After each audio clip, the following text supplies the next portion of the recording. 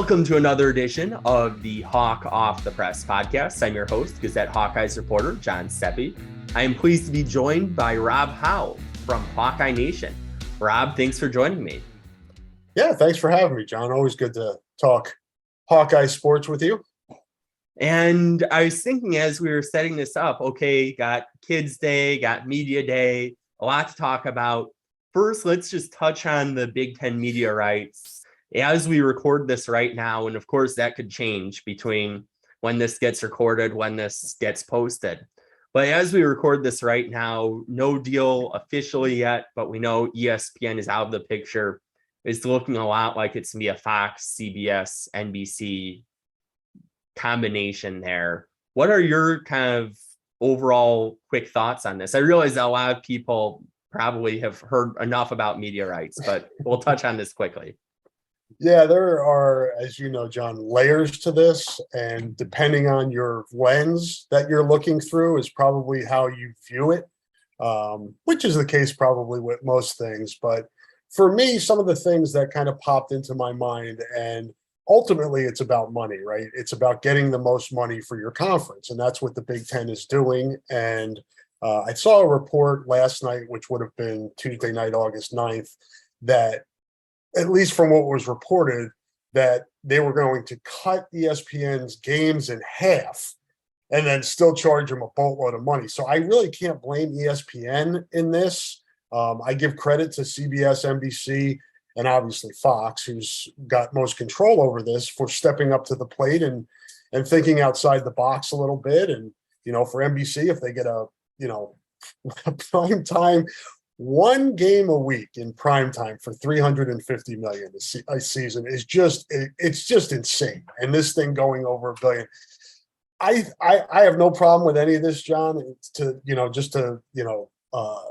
a nutshell, my overall conclusion, the one concern I have, and this is me just looking more at a broad view and knowing a lot of student athletes at Iowa in other sports, as I know you do. Mm-hmm. Not being on ESPN, I think, hurts men's basketball. I think it hurts women's basketball. I think it hurts wrestling for sure. So that my question would be, when this is complete, how does the Big Ten plan to get those sports, baseball, out to the viewers? And hopefully they have a plan for that, because ESPN's been really big for those other sports other than football. And I think from a fan standpoint, they just want to know where they can watch the games, and hopefully they don't lose any access to games, particularly the non-football games.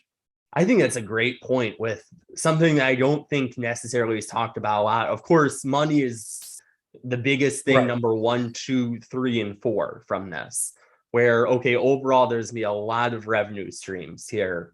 Well, a lot more from that revenue stream, I should say, for Iowa, which has many benefits. But you look at it, and Fox is going to have a lot of different channels here, or a lot of different networks to get into a finite number of channels.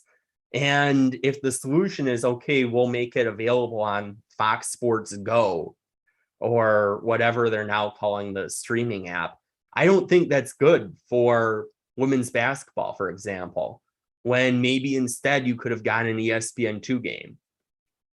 I think that's a real downgrade there for women's basketball if things go the way that they go. Now, there are different possibilities.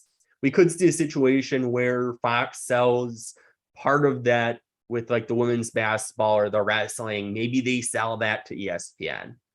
So what we see right now might not necessarily be the end-all be-all, but that's certainly a question in terms of how much exposure will some of those other sports get. Yeah, and ultimately, like you said, it's money. Yeah. And those sports are going to benefit from this by the money that's coming in for those media rights deals. So ultimately, you can't really complain when they're throwing boatloads of cash at you, but you also want to, have that exposure. And ESPN, Tuesday night men's basketball on ESPN against Michigan State at Carver Hawkeye Arena, those are those student athletes really look forward to those games. They talk about, hey, we're on ESPN tonight. That's ESPN's always been kind of that college basketball platform that everybody knows. And I know FS1 and Fox have gotten involved, but it's just it isn't the same. But again, like you said, we just have to be open to the landscape changing and not get too uptight until we see how this all shakes out. Yeah. And then kind of switching gears over to football, then it's a busy week here with local media day on Friday. Of course, that's our biggest chance to see really a lot of the players in terms of interview access compared to the rest of the season. And then Kids Day practice is on Saturday. What are the things that you're most looking forward to hearing about? From an interview perspective, I would say just kind of going around again and talking to the quarterbacks just to kind of see where they feel things are. And who knows, they may not give us anything anyway, but you have to ask kind of where things are at a week into practice, however many weeks we are from the first game. I think it'd be naive to assume that Spencer Petras wouldn't be the starter, at least at this point in the season, but you just wonder, and maybe we won't get answers to this, how close the competition really is. I know Kirk wants to have out there that it's close and let the competitors know that they have a chance, and that makes perfect sense, especially in this day and age of the transfer portal. But I think that's probably the main subject that I think people are interested in, is where that's going, how that's going to shake out, and then seeing that on Saturday, just kind of backing up what we hear on Friday with what we're able to see with our eyes on Saturday. And then my focus on Saturday is going to be on the offensive line. The offense has to take a step forward this year, and it's cliche, but it does all start up front. And it wasn't good last year. It was terribly inconsistent. You lose your best offensive lineman to the NFL, a first-round pick, a generational talent in Tyler Linderbaum. How do they absorb that loss? And then, how does Jack Plum look? He did not have a good end of the season last year, and you need him to take a step forward. And just, without Justin Britt, where are the pieces fitting on the offensive line? To me, that's the biggest question mark going into this season. Can the offensive line hold up? Can it create holes for the running game? And can it protect the quarterback? And it just didn't do that enough last year. And it seems with the offensive line, last year was the rebuilding year for it. Everything seemed like. But then you look at it this year, obviously no Tyler Linderbaum. That's a big one. Then you're without Tyler Schott, returning starter there. Then you're without Cody Ince, who has started games. Of course, he had the injury issues last year, but he's still a starting caliber offensive lineman. Then you have Justin Britt, who started games before. So you're basically without 4 players who have been able to be, when healthy, contributors to Iowa's offensive line. So this year could be a really young group. If we're really talking about Logan Jones potentially being the first team center after he's playing defensive line last year, credit to him for making that transition. But that's a tough transition to do in 1 year. For sure. And I mean, if you want to go glass half full, Tyler Linderbaum made that move. But again, as we said a few minutes ago, that's a generational talent. Maybe lightning strikes twice for Iowa, and Logan Jones. I think for Iowa, the drop off can't be precipitous. It's got to be, you have to have somebody in the middle of that line that can hold it down. It doesn't have to be just a beast like Tyler Linderbaum this season. Hopefully it gets to that point, but you can't have any leaks in the boat from that position either. You can't. It's so important on the offensive line, that center position, and Iowa has a long history of really good players at that position. So hopefully they can absorb it. And then to me, that right tackle spot is still kind of up in the air. Nick DeYoung was there at the beginning of last year. He struggled. Jack Plum came in. He had his struggles. just a lack of consistency there, John. Maybe Connor Colby's the best choice out there.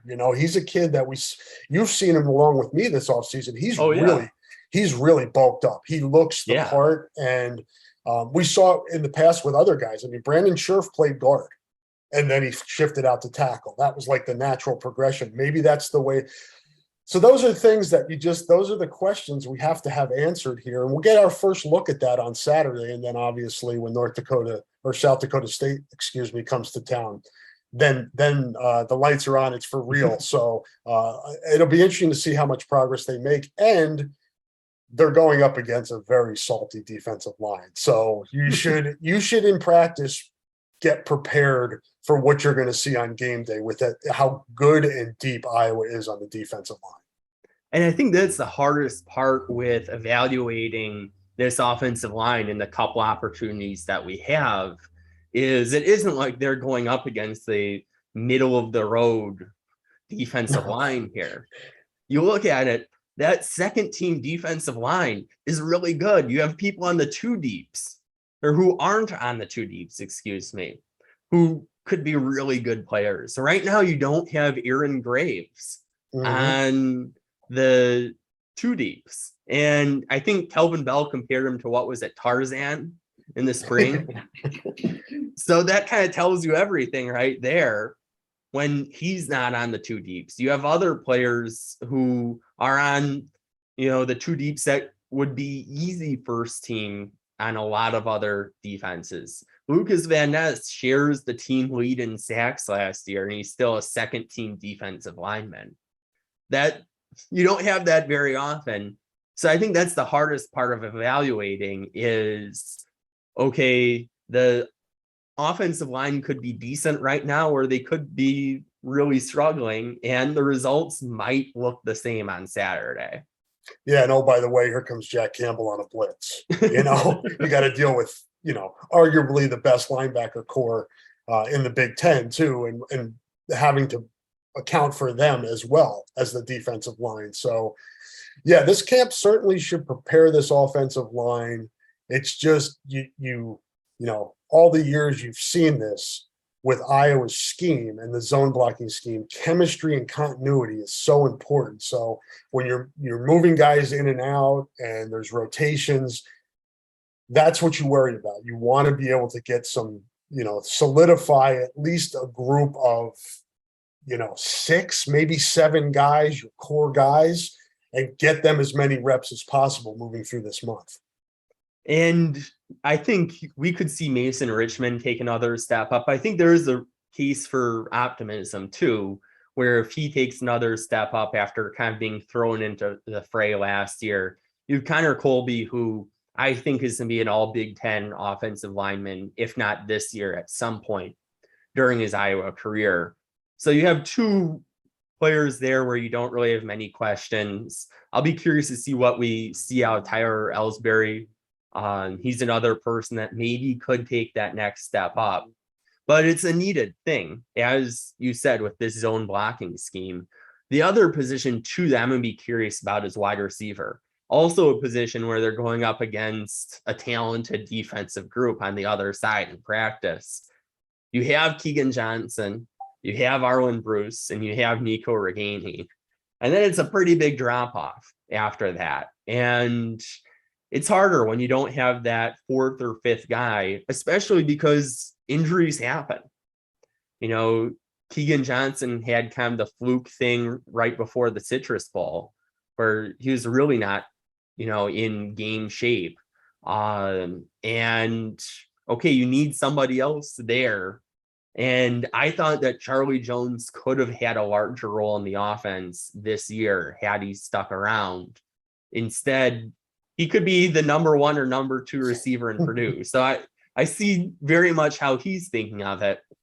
But when you don't have the Charlie Jones of the world back, it makes it a little harder when you have a guy like Alec Wick on the 2 deeps already. Nothing against Alec Wick, but at his year of experience and as somebody who came in as a walk-on, that's really getting thrown into the fire there if he is indeed the number 4 wide receiver.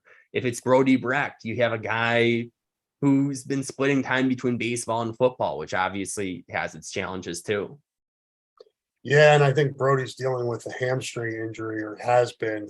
He got shut down in his summer baseball league because I don't think it's severe, but it's tweaked enough that they have to be careful with it. And I worry. I mean, he's missed development time, as you said, because of baseball. I think they're doing the best they can with that share between baseball and football, but it's hard to, there's a reason why people don't play two sports at this level. It's really hard to do. So hopefully he's gotten enough on the football field in the last year to make some progress and be helpful this fall. I worry, as you said, about Keegan Johnson. I mean, he missed the bowl and then he missed all of spring practice. And you're talking about a guy who's only a second-year player. That's a lot of development time. He really needs to make up ground in this camp and then, hit the ground running when games start. Similar with Arlen Bruce, you're asking a lot from two really young guys to come in and be a major focal point of your offense already. I'm not saying they're not capable of doing it, but you kind of have to see it. You look at a guy like Deontay Vines, who's been in the program now for several years. He really needs to take a step forward. I really like Alec Wick. I got a chance to see him at Regina several times. Really, really nice player. Catches everything thrown in his area. And hopefully he can help out too. But you just worry, there's just it just doesn't seem like there's any margin for error there. An injury or something like that, and could be really costly. It'll be interesting. Kirk, and he usually doesn't let the cat out of the bag as he did as much at Indiana, but my ears perked up when he said, we may have to play more tight ends, go more 12, and we'll see. Maybe, with Stylianos coming in as a grad transfer, and you hope Luke Lachey takes a step forward, and I think one of the better tight ends in the country, and Sam Laporta, maybe you just have to lean on those guys a little bit more. We could see some creative personnel groupings with that. And I think that can lessen the challenge of not having as much wide receiver depth. I don't think it eliminates the problem, but it's at least one part of the remedy for it, where, okay, if you can have two tight ends on the field on a consistent basis, okay, then you don't have as much of a need for that fourth wide receiver. So I think that can help. But we'll see on that. But when you have three tight ends, that's always a nice luxury. So it's kind of tight end you to an extreme this year. Yeah, no question. And they also, is it Pascuzzi? Yeah, Pascuzzi. He's caught a bunch of, he's gotten a bunch of praise this offseason too. So, they go 4 deep at that position. Like you said, maybe that's the way they lean. And I don't know. Gavin Williams and LaShawn Williams, I think, are pretty good pass receivers out of the backfield. Maybe you get a little bit more creative there. I don't know about the new guys, Johnson and Patterson.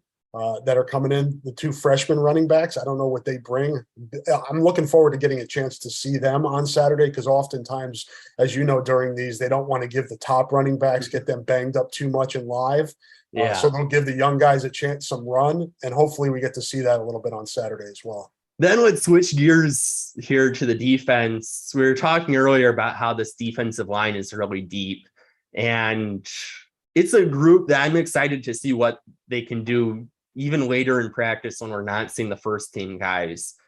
What does Deontay Craig do? He's another person that I didn't mention earlier. You have a situation where you can absorb an injury at this position and you'd still be okay. Yeah, no question. And I think, a guy like John Wagner, who's kind of just been a guy, a guy that's kind of taken reps and been steady and set the edge and all the things that are asked of him, he does. Maybe he takes a step forward this year. Maybe he's a little bit more explosive. Maybe the things slow down even more for him.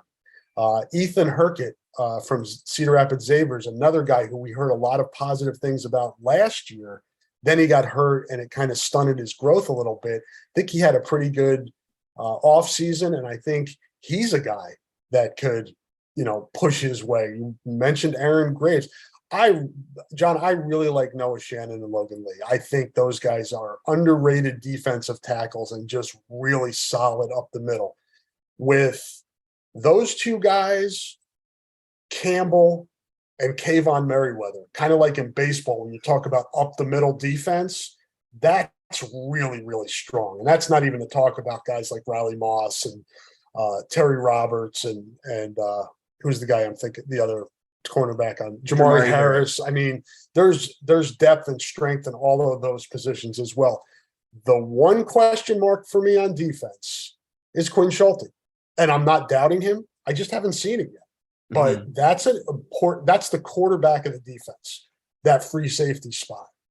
The coaches have confidence in him. Phil Parker has confidence in him. I have confidence in Phil Parker's coaching and talent evaluation. So I'm not like freaking out about it. I just want to see how he holds up because teams are going to go at it. And I think you look at it and everyone else we've seen, it's really unusual where you have a situation where it seems like at pretty much any other position, the projected starter, we have a lot to go off of from last year, which is a really nice luxury for Iowa's defense. And that's the one position that we just haven't gotten as much of a wealth of experience from. Obviously, the walk-on route has worked well in the past at that position, whether you think about Jack Kerner, whether you think of Jake Gervais. So you have a history here of the Quinn Schulte route or the route he's taking working. But that's just the one thing we haven't seen yet. I guess you could add in what happens at Cash. That's where I was going with that. Like, just kind of how much do they use Cash? And Justin Jacobs' ability to cover, can they play more 4-3 this year? It's going to be interesting to see now with Belton out of the picture what the percentages are with those alignments. And, I'm a fan of having the best 11 players out there, and you can make do with the best 11. And if you're doing that, we could be seeing a lot more 4-3. Now, there are going to be certain situations, though, as we go into more and more of a spread world, where, okay, there are going to be times where you really need that fifth safety out there, but that's another thing that could. So I guess that's a half question mark going into this year with the defense, because you have the safety of Justin Jacobs there. Well, the safety of having a player like linebacker Justin Jacobs there, that helps you a lot.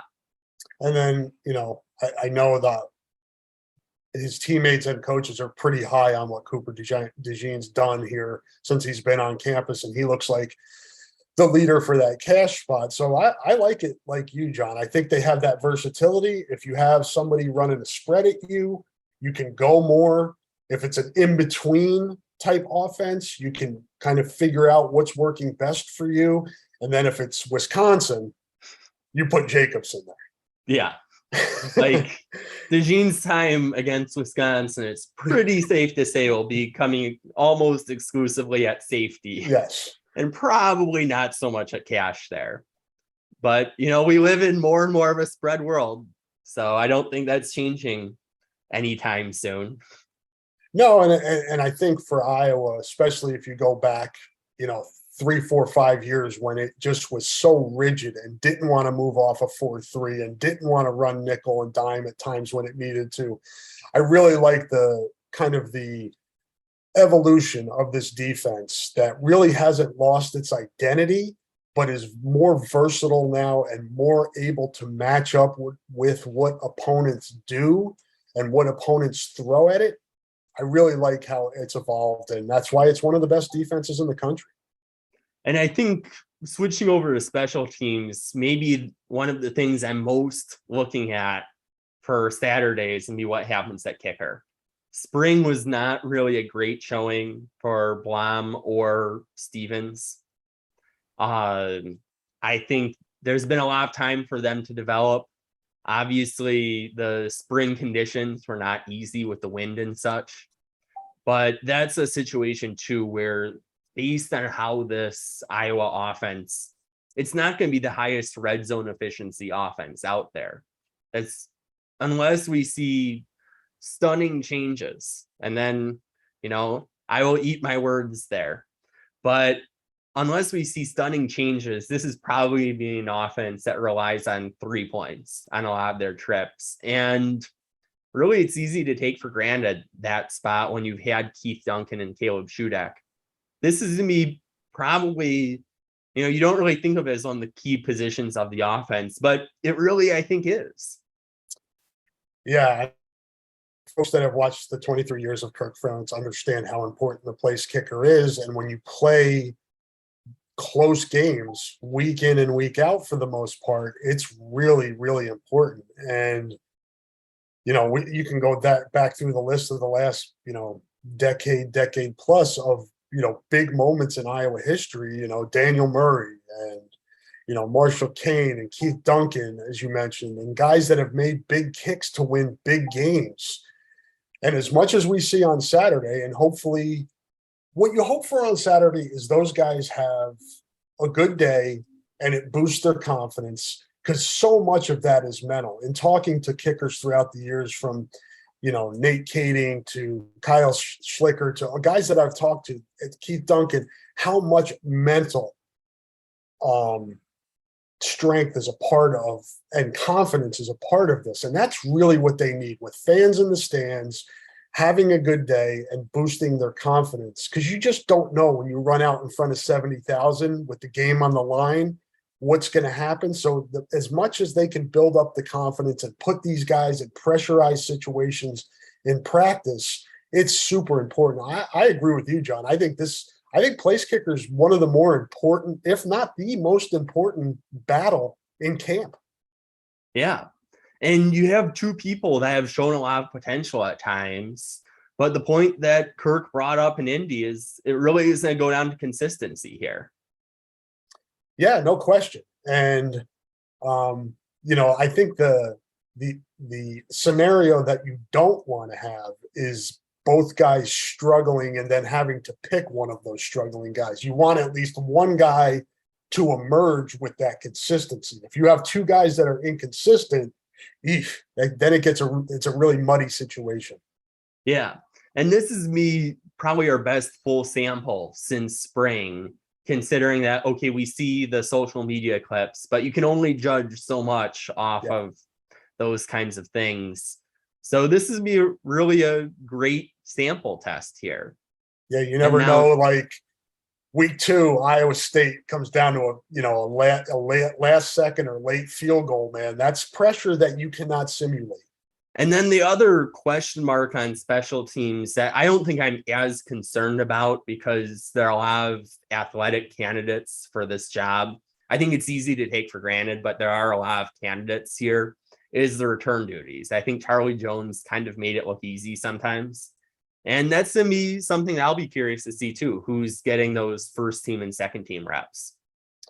I think a lot of guys are volunteering. I think a lot of guys want the job, and that's good. You want that competition. And it's interesting. I'm interested in talking to LeVar on Friday on how you evaluate that, because as you said, Charlie Jones, it's kind of an innate ability, that you kind of, you think about that Illinois game and just kind of his vision. And I don't know how much you can teach and how much is just natural, and how you evaluate that. I think that's going to be the interesting part of this camp, and how they land on a guy. And we've seen before, just because they land on a guy doesn't mean they'll stick with a guy. Nico Organi had the punt returning job a few years ago. It didn't work out, and they made a switch. So what we see week 1 may not be what we see week 4 or 5. I think at some point, and maybe this is with kicker too, John, that there's a in-game evaluation that's going to happen here, just because what you see in camp and what you think is going to work may not work. So yeah, it's really important. The kicker and return guys are super important, because we know how important special teams is to this program. And you bring up a great point about the instincts. I think it's easy to kind of forget how much the returner has to figure out in those 4 seconds. Yeah, especially punt return. Yeah. Yeah, you don't have much of a margin for error there, as I think it was the Wisconsin game kind of showed. Yes. So that'll be an interesting thing. I think there are a lot of people that I would be interested to see how they do there. So I wouldn't necessarily hit the panic button by any means at that spot, but it's an important position. It's interesting too, because you think I'm just going through my mental Rolodex of years, and Desmond King really, really wanted it. And there was the talk of, well, do we put a guy who's so important to our defense back there in this position? And they did, and he was really good. Do you do that with a guy like Riley Moss, who's had an injury history? Yeah, but who's had an injury history, who you really need at corner, but could really help you on special teams. Again, that's kind of one of the areas that I'm interested in talking to LeVar about. What goes through that process, how you weigh certain factors. But I'm with you. I think there are capable candidates back there. It's landing on the right one and hoping it works out. Then obviously it's still early. I think as we're recording this, it's been 1 week since the first fall practice. So a lot can, should, and will change between now and September 3rd against South Dakota State. But overall, if you had to make a prediction right now, what do you think this team is record-wise? When did I published my game by game on Monday, Monday, somewhere this week. I landed on 9-3, which I landed on last year, and they ended up being 10-2. And usually people get mad at me unless I pick 12-0. You know how that goes. But I had them losing, and I try to go a little bit, away from chalk and what maybe the gambling lines or point spreads are. I had them losing to Purdue, Ohio State, and Minnesota. All road games. So the sold out Kinnick will be happy for the 7 home games that they have this year, because I have Iowa going undefeated at home. But those were just kind of the games that I looked at and said, these are close games, toss-up games on the road. So I'm going to go with that. Whereas, I think a lot of people will have Iowa losing to Michigan at home. That one feels to me like one of those magical days or nights in Kinnick where, like last year against Penn State, where the fans and that environment are just too much for Michigan. You've got the revenge factor. Could be off on that, but that's kind of how I look at it. I think if Iowa's going to compete in the West, and I think it will, I think South Dakota State, Nevada should be wins. You should win those games at home. You never know. Early in the season, Iowa's had some clunkers, but you look at the rest of the schedule. Really, I don't think you have business losing to Nebraska at home. I don't think you have business losing to Illinois. Who else am I missing? Rutgers. Northwestern. I think those are games, if you want to win the West, you have to win those games. Because the other games, it's asking a lot to win every toss-up game. So that's but it seems like this is where we are every year coming into the season. You're just, there's a few games you feel like, okay, they're going to win these games. A few games were like, man, they don't have a very good chance of winning in Columbus. They just don't. And, maybe magic strikes and they win that game. It just, history tells us that's not going to be a good game. But if you remember, or a winnable game, I should say, there have been good games there that haven't gone Iowa's way. The Nate Kading fake field goal touchdown in 2003 comes to mind. But amazing place. I look forward to your reaction going to the Big House or going to the Shoe this year. Is it your first trip there? Yeah, that will be. Yeah, that's pretty awesome. It's one of those bucket list stadiums if you're a college football fan. But I'll close with this on the schedule, John. If you remember this time last year, people were hand-wringing, oh, crap, we got to play Indiana and Iowa State coming out of the gate. 2 teams ranked higher than Iowa. This is going to be a gauntlet. Didn't turn out that way. No, much different. Yeah. So what we think now, we don't know what the hell we're talking about. I am slightly less optimistic about this team. If I had to make a bet right now, I'd say 8-4.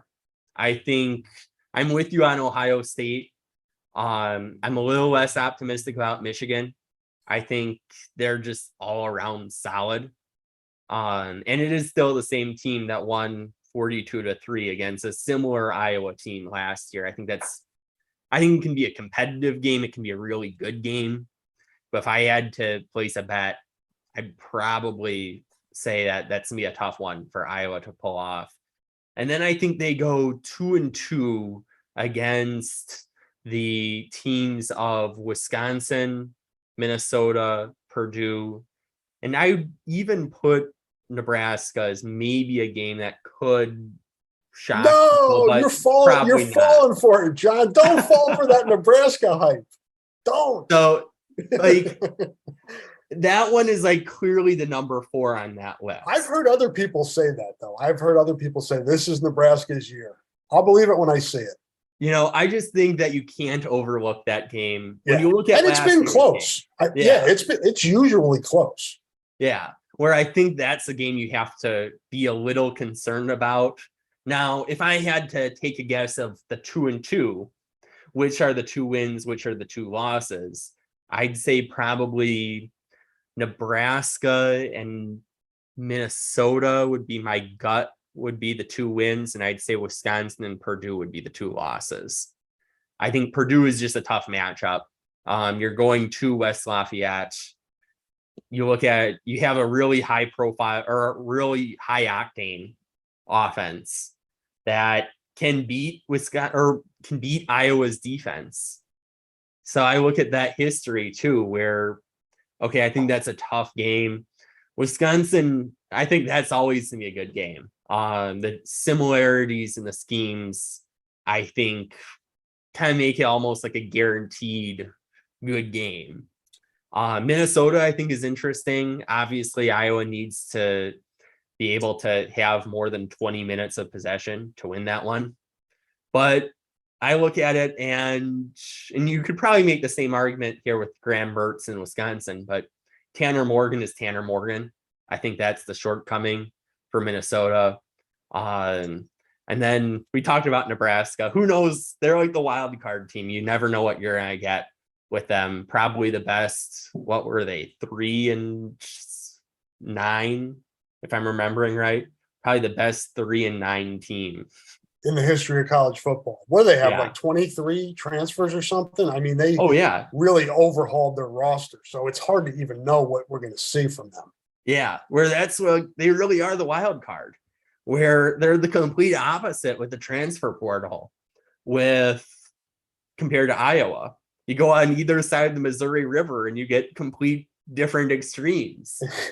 You know, it's funny. I was doing a radio appearance for a Nebraska radio station, and like they were asking about like changes via the transfer portal, and it's like, not really that much of any. They had a few players leave. They got a grad transfer tight end. That's kind of it. Nothing like Nebraska. So that, but I could see a 9-3. I think if the offense really finds its groove, which I think is a massive if, okay, maybe a 10-win season is possible, especially if you count 10 wins, including the bowl game. I think that's doable with an improved offense. But I think really it's hard to underscore enough how important the offense is to whatever happens this season. And you know, that'll be Saturday will be our first chance to take a look at that. Yeah, I'm with you. I think the offense has to pick up more of the slack when it comes to complementary football. I think Iowa maxed out what it can do with an offense that's not that good last year. It got just incredible play from defense and special teams. I don't know if, I think the defense could be better, but I don't know that. The schedule's harder, so that you have to factor that in. The offense just has to be better this year. Yeah. You can't go 2 years in a row with that level of offensive production in almost you name it, which stat. It isn't like, okay, we're cherry picking this one stat that really shows the Iowa offense being in the bottom tier. No, it's kind of across the board in several different measures, regardless of whether you go more traditional stats or more analytical stats. All of them were not pretty in 2021. And when you have those crossover games last year that, as you mentioned, Indiana, how everyone thought that was going to be a real tough game. When you got Penn State that did not turn out to be as good as everyone expected. And then Maryland, I think even people expected a little more out of them than what they were. I don't think they're going to get that fortunate with the crossover games this year. I think Ohio State, you would be very surprised if they went significantly below expectations, like some of those 2021 crossover opponents would. Michigan, there's maybe a little more variability there, but still, Michigan is Michigan. And then Rutgers, of course, is the exception on the crossovers. Rutgers is Rutgers. And I say that in the opposite way of Michigan is Michigan. Yeah, I think I saw the point spread in the Ohio State game is already out. It's 21.5. So more than Only 3 21 touchdowns. and a half. And the over under on Iowa's win total, I know you saw this is 7.5, which a lot of people think is really low. But I think people are looking at it like you're looking at it and saying, man, this schedule is tough. Can they get to 8 wins with that offense? That's basically, if you're just evaluating this team objectively, that's a fair question. And if it's a 9-3 season, they go to a nice bowl game. Tampa is a wonderful place to be in January. So I don't think any sports writer would object to that scenario with whatever they're going to call that bowl game now. I can't remember. It's always the Outback Bowl. It will always be the Outback Bowl. It'll be like me growing up as a Brewers fan. I'll always think of the MLB stadium in Milwaukee as Miller Park, even though it's American Family Field. I still call it that. Yeah. I have a bunch of friends who on their Snapchat stories, scratch out with the marker, the American Family Field, and still write in Miller Park. Tradition is hard to get past. But, I think it really goes down to the offense. It's hard to state that enough. Right now, I haven't seen enough to believe that there's going to be some major change from what we saw in 2021. Now, Saturday could be the first step in changing that, but I need to see it before I believe it. I think a lot of people are in the same spot, the same mindset. That's, like I said earlier, it may have been before we started recording. I appreciate Brian Ferentz's availability this offseason and talking through things that were going on with the offense. But time for talking is over. It's time to see the results. Yeah, it's easy to say that, you're really working hard to change things, but time will tell. September 3rd. And the other thing, too, is this offense could look good for the first 4 weeks just because of who their first 4 opponents are. Agreed. Where, I think you can almost split it up. How does the offense do in September versus October, November? Where against South Dakota State, against a down Iowa State team, against a really down Nevada team, and then against Rutgers, there could be some reason for optimism if you just look at those 4 games with this offense. But the challenges of Michigan, Ohio State, when you get into those games in October, when you get into the Wisconsin games, that could be a reality check right there, possibly for Iowa's offense. So I wouldn't be surprised if at the end of September, everyone's thinking, oh, wow, maybe it has changed. But let's wait to see what happens October 1st when Michigan comes to town. 6-0 last year, top 5 in the country, and it just did not. The offense did not. If the offense would have just made incremental progress the rest of the season, who knows what could have happened last year? Oh, yeah. So, I'm with you. I would caution people not to get too high early season with the offense. Let's see it. And I think Iowa State's got a pretty good defense. So, but I also expect them to have a very conservative game plan against Iowa State like they did last year. Yeah. And you look at it, I don't think Iowa's offense needs to all of a sudden become Purdue for Iowa to have success. Where I think it was between Petrus and Padilla, I want to say is a 55% completion percentage between them combined I think Spencer is at 57%. If you're in the low 60s, that's probably enough to get by against a lot of teams in the Big Ten. You'd like to see it higher than that, obviously, but you can get by probably at the low 60s. So got to be over 60. Got to be over 60%. You're right. Yeah. In this offense, you have to be. Yeah. And you got to run the football. Yeah. That's the other thing too, is even if some of the 3-yard losses from last year were 2-yard gains, that's a 5-yard difference right there with similar looking plays at the beginning. So I think there are going to be times where the offensive line might have their hands full, but if you can at least get it to not be 2nd and 11, 2nd and 12, 3rd and 14, that would help this offense too a lot.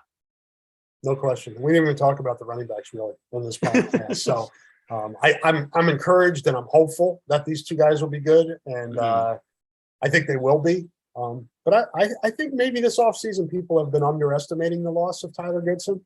He was a pretty good back. Oh yeah, and especially like on receiving, I think there are a lot of little things that he did. I think sometimes it drove people crazy how he kind of danced in the backfield and took a 3-yard loss, which was part of what I was referring to before. But there are also a lot of good things that he did that, okay, you don't have him, but I really think the key there for the running backs is, okay, how much space is this offensive line going to give them? Where I don't think it's fair for either of them to have expectations for either of them that if the offensive line is having a rough year, that they're all of a sudden going to be able to, break free for these huge runs left and right, despite not getting, I think really it's the blocking that's going to be the determining factor here. Yeah, no question. I think there were times last year where Tyler Goodson could have just said, hey, I got to hit it. But there were other times where he had no chance. And that's what you have to eliminate, the amount of times where they have no chance, because I don't care who you have back there. If there's, 2-3 guys just standing, waiting for you, there's nothing you can do. And goes back to our early part of this discussion, John. The offensive line has got to be better. That's all going to, the quarterbacks have to be better, but it starts up front. Yeah. And it's a young group. So, improvement is a little easier to talk about when, okay, you have all these juniors and seniors who you're working with here, but it's a group that still hasn't gone through many off seasons, that George Barnett hasn't had much time to really do a lot of teaching with. So, well, Iowa has its work cut out for it. Yeah, no question.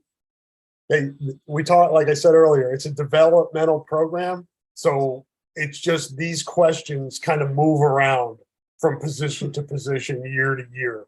But offensive line is so important, and that being the focus of where we want to see the most progress, along with quarterback,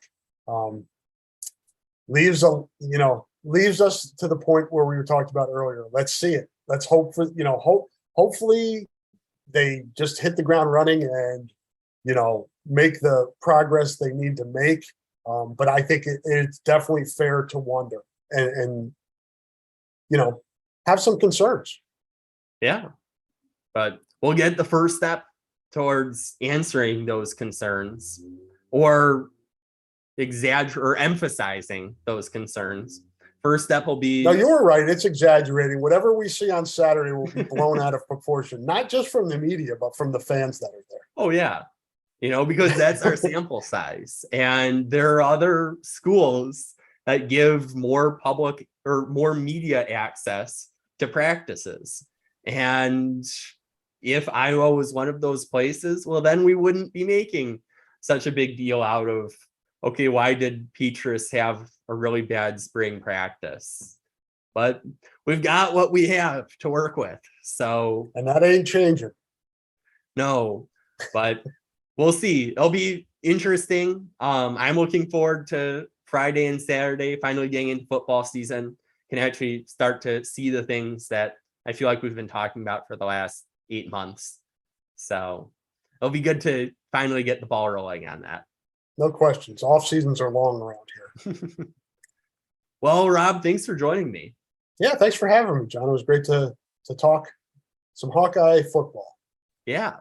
And thanks to our listeners for tuning into another episode of Hawk Off the Press.